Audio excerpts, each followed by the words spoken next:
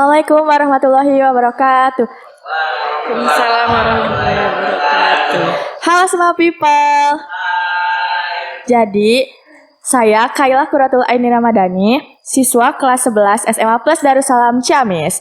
Di sini kita akan membahas mengenai child free. Sudah hadir di tengah-tengah kita narasumber yang akan memberi penjelasan mengenai child free, yaitu Ibu Fitri.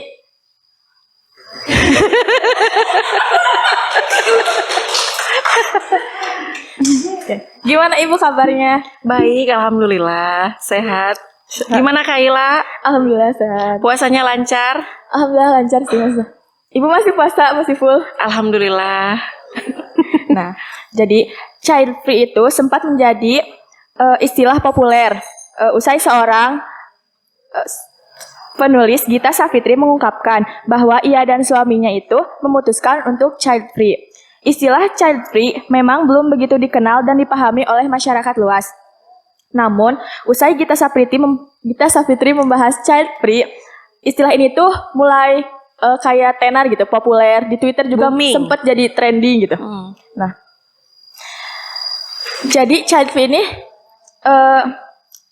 menjadi bahasan atau diskusi di berbagai media sosial. Pertama-tama itu kita langsung aja ya. Apa itu child free, Bu? Coba ulang teks, ulang ningali teks. Jangan lihat teks. Ulangi. Ulang ningali teks. Jadi yang harus kita pertama tahu itu apa sih Bu child free itu? Oke, setahu Ibu, child free itu adalah keputusan secara disengaja pasangan yang sudah menikah memutuskan untuk tidak punya anak dengan berbagai pertimbangan. Jadi itu keputusannya secara sengaja dan betul-betul sudah dipertimbangkan. Terus tuh kan pasti kalau misalnya child free itu tuh mempunyai alasan dan latar belakang gitu.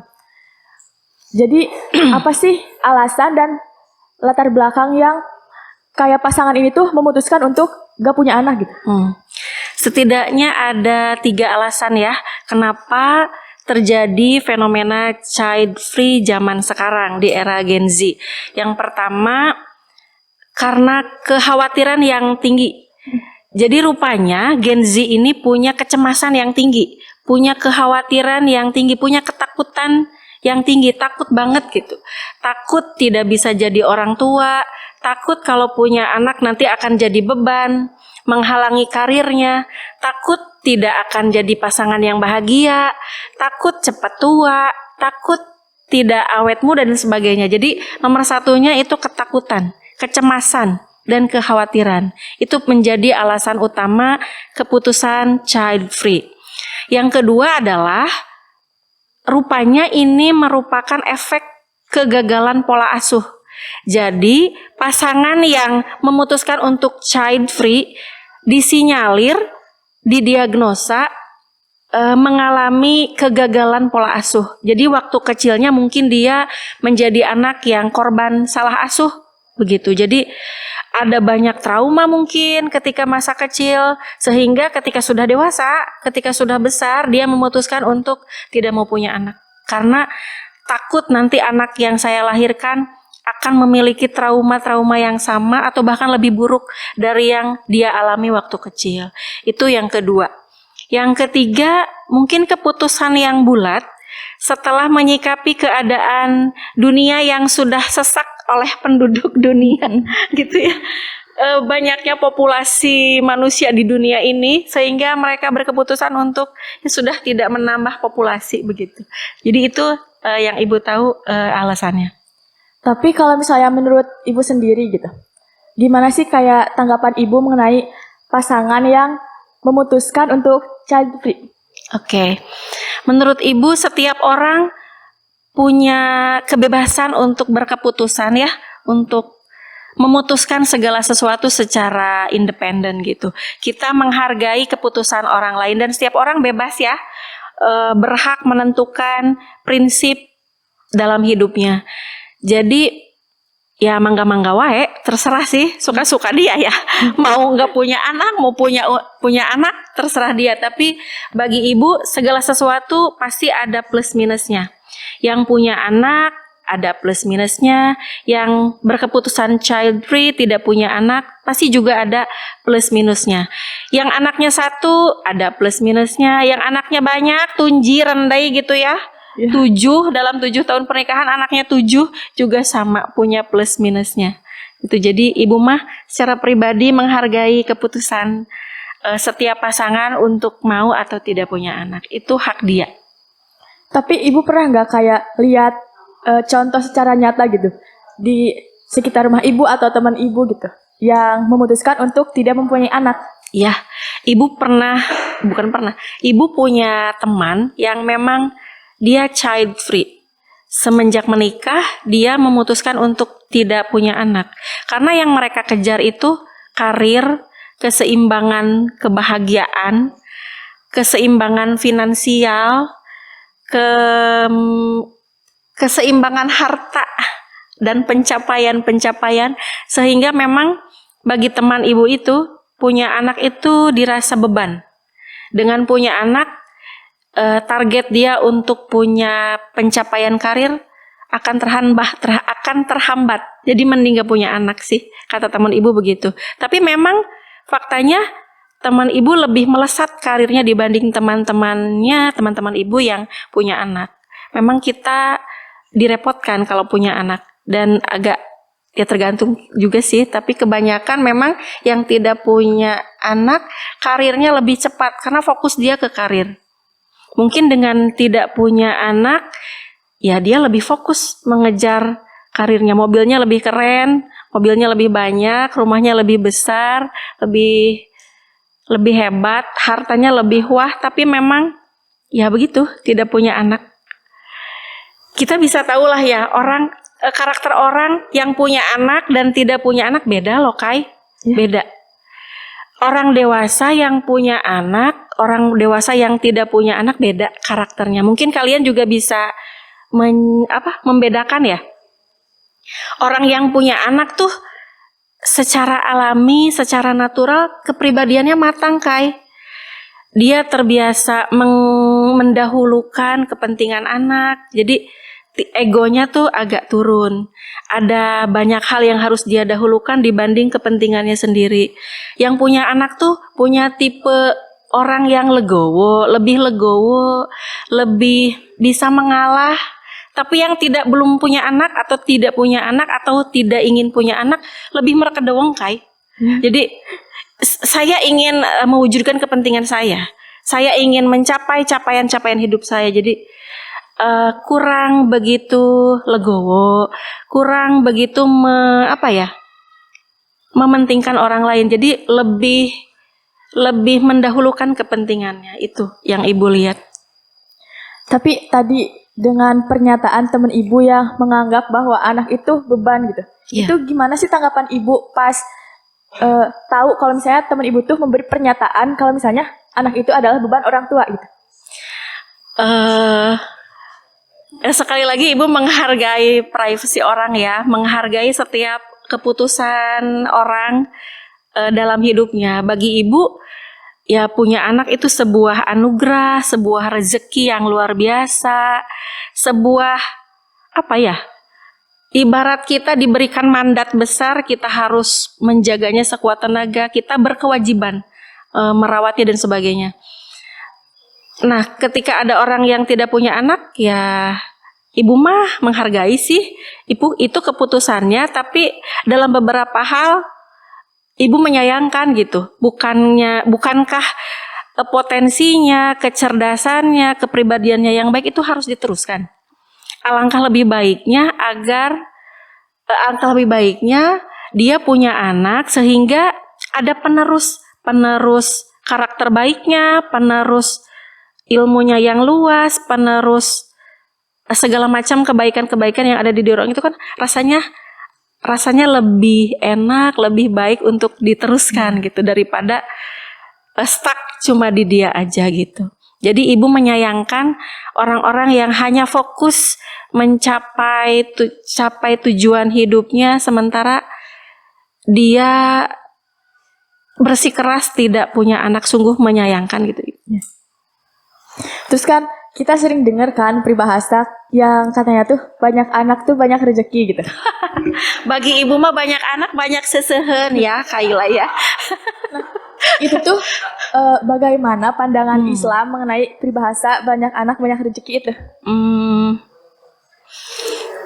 Kalau orang tua yang menikahnya sudah benghar gitu ya. Kalau calon orang tua yang sudah punya persiapan ekonomi sebelum menikah tentu relevan dengan kalimat itu ya, banyak anak banyak rezeki. Tapi bagi ibu mah tergantung. Jangan terlalu banyak juga kalau anak mah nantinya takutnya akan menjadi beban gitu. Jadi secukupnya saja. Betul apa kata pemerintah sih ibu, lebih setuju apa kata pemerintah Kai? 2 anak cukup, 1 laki-laki 1 perempuan gitu. Karena maksudnya ada banyak hal di dunia ini yang harus kita capai gitu. Jadi yang cukup-cukup sajalah, tidak usah banyak-banyak. Karena kita di dunia ini pekerjaan kita sehari-hari itu tidak cuma ngurus anak gitu. Ada banyak hal yang harus kita urus, masyarakat, umat dan sebagainya. Tapi aku setuju sih Bu yang katanya tuh banyak hal yang harus kita capai. Kan kalau misalnya kita banyak anak gitu ya, kita tuh masa tua kita tuh kayak dihabiskan tuh untuk membiayai anak-anak kita sekolah. Kayak kapan kita tuh ngebahagiain diri kita sendiri gitu sama pasangan kita nanti gitu. Kalau misalnya banyak anak tuh pasti pikiran kita tuh kayak anak kita gimana gitu. Terus dan kayaknya mah buat ngehabisin waktu bareng pasangan kita tuh akan dikit waktunya.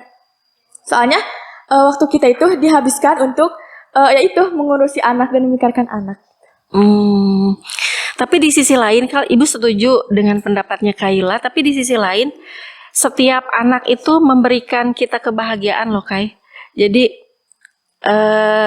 ibu punya sulung nih, kebahagiaannya A B C D F G. Ibu diberikan lagi si panengah, itu beda lagi kebahagiaannya. Ibu diberikan lagi rezeki si bungsu yang laki-laki, itu beda Kai. Beda anak, beda kebahagiaan. Jadi tapi ya sebanding dengan resikonya. Bertambah anak, bertambah pula resikonya. Jadi kalau 1 anak misalnya biaya operasionalnya 1 bulan 1 juta, 3 anak ya 3 juta harus siap gitu. Jadi memang sebanding. Kebahagiaan dengan resikonya sebanding. Senangnya dengan susahnya sebanding. Jadi ya pinter-pinternya kita aja untuk memanagenya dengan baik. Jangan sampai anugerah Allah itu menjadi beban. Terus membahas soal anak gitu. Kan ada ya kayak aku mah sering ngeliat gitu. Anak kecil tuh pada tantrum gitu. Itu tuh gimana ya, aku mah mikir tuh kayak kok bisa sih? Terus kenapa gak mau diem banget gitu Bu, anak kecil tuh? Jadi Kai, kalau ada anak yang tantrum, itu yang lebih tantrum itu ibunya. Oh iya. Ya, anak rewel, cirining emaknya rewel. Jadi kalau Kaila misalnya di satu acara melihat anak yang tantrum, rewel, nggak bisa diem, musingkeun, itu yang jauh lebih tantrum itu ibunya. Kalau anak, begitu pula sebaliknya kalau Kaila menemukan anak yang tenang, nyenengin, gemoy, lucu, oh ibunya damai. Ibunya lebih damai. Jadi rungsing, bahagia tidaknya seorang ibu bisa dilihat dari anaknya. Kalau anaknya yang tenang, lucu, gemoy, adem, terungsing, berarti ibunya juga damai. Jadi begitu. Jadi kalau anak yang tantrum, yang lebih dulu kita repehkan, itu siapa? Ibunya. Tanya ibunya, ibu kenapa nggak nyaman, kenapa? Oh abi teh pusing, bla bla bla. Jadi yang harus kita selesaikan itu ibunya dulu sebetulnya. Tapi dengan punya anak, sebetulnya ibu akan matang. Seorang perempuan akan lebih matang pribadinya. Kalau nggak punya anak, nggak matang-matang. Jadi positifnya yang punya anak tuh kepribadiannya lebih matang, lebih dewasa. Gitu. Terus ini kan soal anak nih. Jadi aku tuh kayak sering menemukan kalau misalnya anak laki-laki gitu, itu tuh kayak nggak tahu ya, tapi aku tuh selalu nemu kalau misalnya anak cowok tuh selalu berseteru sama ayahnya gitu. Kayak nggak cuman, aku tuh nemu tuh bukan cuma 1 sampai 2 orang doang, tapi kayak banyak gitu. Itu kenapa ya, Bu? Anak laki-laki berseteru dengan ayahnya. Iya. Oke. Yang ibu rasakan ya Kak ya, karena ibu mungkin juga punya anak laki-laki, jadi wah, anak laki-laki itu di mata ibu tuh spesial. Gitu. Jadi karena kita ibunya itu jadi cinta pertama anak laki-laki. Nah, nanti Kayla pasti akan menyadari ya, smart people nanti mungkin juga bisa menyadari istri anak laki-laki itu biasanya mirip kita, mirip ibunya. Sok lihat misalnya Mamah Kayla itu pasti tipe nenek Kayla banget. Jadi sesuai sama Mamah Kayla, cantiknya, pinternya, keibuannya. Jadi kita tuh, jadi ibu sebagai ibu ya punya anak laki-laki tuh asa merasa spesial gitu Kay. Soalnya saya itu ternyata cinta pertama anak laki-laki saya. Jadi laki-laki tuh punya role model tipe perempuan itu seperti saya gitu. Dede Rey suka nggak sama si itu? Enggak suka, cerewet. Kan anak kelas 4 ya Kak ya. Udah mulai ya biasalah cie-cie gitu, dicie-cie di kelas. Dede Rey, dicie-cie sama itu. Dede suka ya sama itu? Enggak, itu mah dianya aja yang suka. Dede nggak suka? Enggak, cerewet. Terlalu banyak omong mah. Gitu jawabannya Kak. Jadi emang Dede suka cowok yang kayak cewek yang kayak gimana? Nggak suka. Dia kan cantik, Dek. Enggak, be aja. Dari mah suka yang kayak mama, nggak terlalu cerewet. Ada tuh kan kayak. Jadi ternyata kita itu, ibu itu jadi cinta pertama Ro tuh di sekolahnya. Si anak ceweknya teh salting Kai ketika ada ibu teh. Jadi ya Deder tuh kan dicie-cie sama anak itu, tapi si Dederenya mah cuek. Dere, maksudnya kasihan itu sudah salting gitu, ada ibu. Dere mah nggak suka. Jadi ternyata seperti itu Kai. Jadi sungguh luar biasa ketika seorang ibu diberi anugerah anak laki-laki. Wah, cintanya besar, mungkin karena cinta kita sebagai ibu juga lebih besar untuk buat dia. Gitu. Terus kan tadi tuh ngomongin anak laki-laki ya, sekarang ganti ke anak perempuan. Kan kalau misalnya cinta anak perempuan itu berarti ayahnya. Iya, gitu. Cinta pertama anak perempuan itu ayahnya. Tapi aku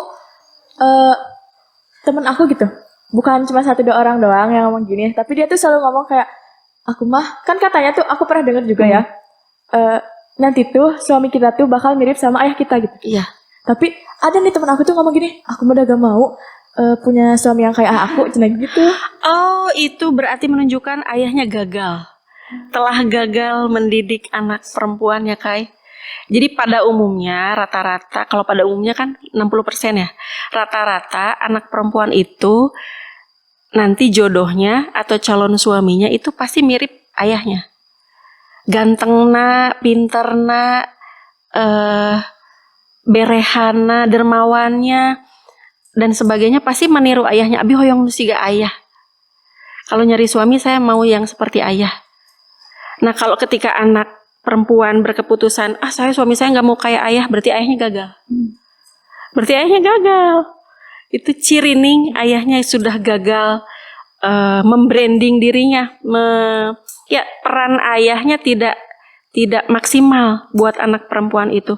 Harusnya maksimal. Ketika peran ayah maksimal, anak akan mengidolakan ayahnya.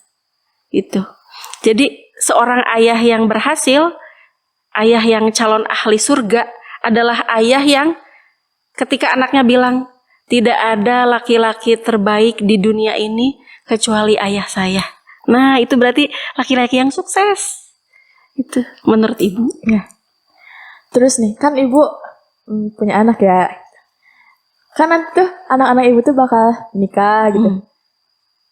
Terus gimana kalau misalnya anak ibu tuh memutuskan untuk tidak mempunyai anak gitu? Wah, akan ibu mau diceraikan. Makanya ibu menghargai keputusannya, tapi ibu akan mempengaruhi mindsetnya. Ibu akan menggeser paradigmanya bahwa punya anak itu pilihan yang baik. Ketika kamu nak jadi orang tua, kamu punya anak, artinya ibu punya cucu, itu pilihan yang luar biasa, pilihan yang keren. Ingat nak, satu-satunya sumber kebahagiaan itu bukan cuma pasangan kamu, tapi juga anak kamu loh, gitu. Jadi ketika kita tidak mendapatkan kebahagiaan atau cinta dari pasangan kita, kita bisa mendapatkan kebahagiaan itu, cinta itu dari anak-anak kita. Jadi bagi ibu mah, anak itu sumber cinta, sumber kita bahagia. Kalau kita galau, sedih, hari-hari kita sedih, dekat aja sama anak, masuk ke dunia anak, kita bahagia. Itu yang ibu rasakan. Jadi kalau anak ibu berkeputusan child free, ibu sebagai ibunya akan menggeser pola pikirnya, akan mempengaruhi paradigmanya untuk membuat pilihan yang lebih baik. Oke. Ada nggak Bu kata-katanya buat buat apa sih orang-orang yang memutuskan untuk child free? Child free itu keputusan kalian, tapi pilihan menjadi orang tua itu jauh lebih keren. Jadi jadilah orang tua yang bersiap diri, sekuat mental, punya anak. Dengan kamu punya anak, menunjukkan mental kamu bagus, menunjukkan kamu keren. Dengan kamu takut, khawatir, tidak punya anak, menunjukkan mental kamu sedang tidak baik-baik saja. Jadi bagi ibu, child free itu orang yang bermental tidak sehat, tidak baik-baik saja. Terakhir Bu, ada nggak pesan yang mau ibu sampaikan ke anak-anak ibu gitu? Anak-anakku yang ibu sayangi, suatu hari nanti ketika kalian dewasa, jadilah orang tua yang baik. Maafkan kalau mama selama ini belum menjadi ibu yang baik, tapi ketika kalian jadi orang tua yang baik, kami bangga kalian bisa menjadi orang tua. Terutama lebih lagi ketika kalian jadi orang tua yang baik, kalian bisa memperbaiki kesalahan-kesalahan yang telah ibu dan ayah lakukan untuk kalian. Terima kasih. Dengan berkeputusan anak-anak ibu jadi orang tua saja itu sudah membanggakan Kai. Di era Gen Z, di era gempuran child free, luar biasa. Oke, baik, mungkin yang dapat kita ambil itu child free itu keputusan masing-masing orang ya. Tapi dengan kita punya anak, kita tuh akan mendapat kebahagiaan lain gitu. Jadi sumber keutamaan kebahagiaan itu bukan hanya karena harta, karena pasangan, tapi anak itu merupakan sumber kebahagiaan kita. Makasih Ibu. Sama Kai. Udah berikutnya. So people, sampai berjumpa di episode selanjutnya. Bye. Bye.